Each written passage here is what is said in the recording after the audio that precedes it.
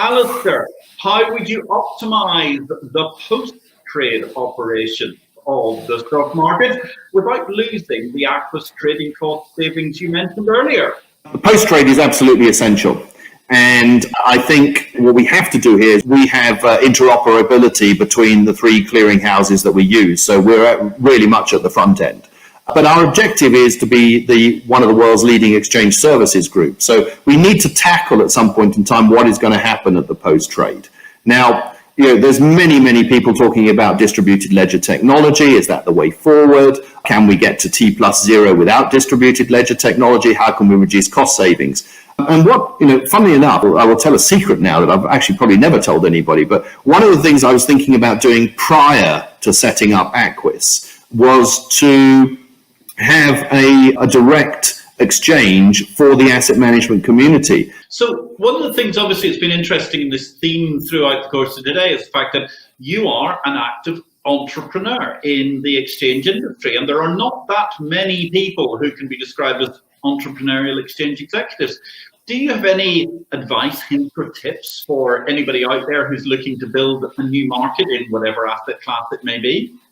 I probably can give a couple of tips. I think the very first tip is don't wait until you're in your 50s to do it, which is what I did. I've learned now and really regret, and I did some wonderfully fun things beforehand with Chi-X and with ITG and the various banks I worked in and stuff like that. I thoroughly enjoyed my career the whole time.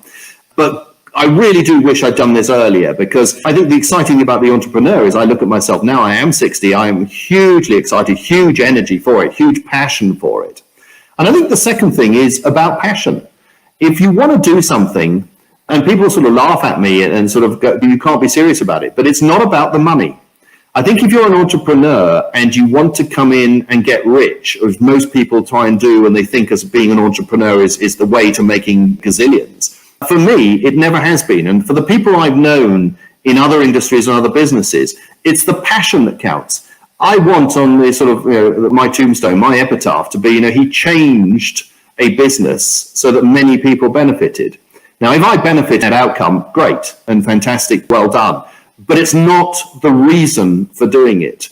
And if money becomes the reason for doing something, you'll fail. And I'm absolutely convinced you'll fail. The other thing is, whatever you are as an entrepreneur, you will struggle. We've had the days, I remember the very early days of Aquis where I couldn't raise money and I had to go out there. I financed some of it myself, obviously, to begin with, and then I was looking to raise money. And I do remember when there were 7 of us sitting in a small room somewhere which we'd borrowed off somebody and coming in on the Monday, having had a sleepless weekend, saying, I can't afford to pay you. I'm sorry, we've just run out of money. And I will never forget that moment as long as I live, because all 6 of them looked at me and said, I thought you had something important to say. Now just shut up and get on with it and pay us when you can. And then I knew what an incredibly strong team and driven team it was. And needless to say, a couple of weeks later, we did get the money in and everything went. But it is a terrifying moment when you have to look at people you really care about and realize you can't actually pay them, and that's the end of the road.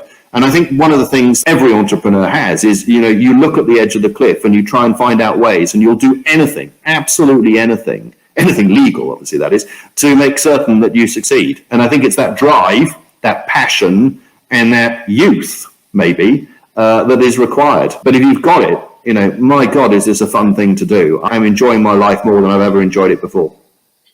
I'm just curious, how do you see the world, looking beyond just Aquis, how do you see the world of exchanges, the world of markets per se, developing at the moment?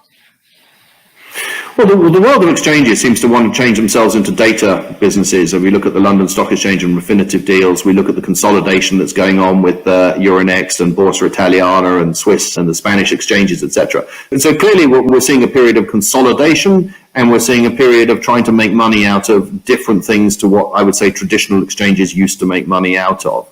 I think that will change, because I think we have to go back to basics of what an exchange is. So the best thing that could happen to the AIM market or any other growth market in Europe is, I believe, competition and people like us coming in. So I hope to see more people. The barrier to entry is very high, but I encourage people who want established businesses, they should go out there and do it.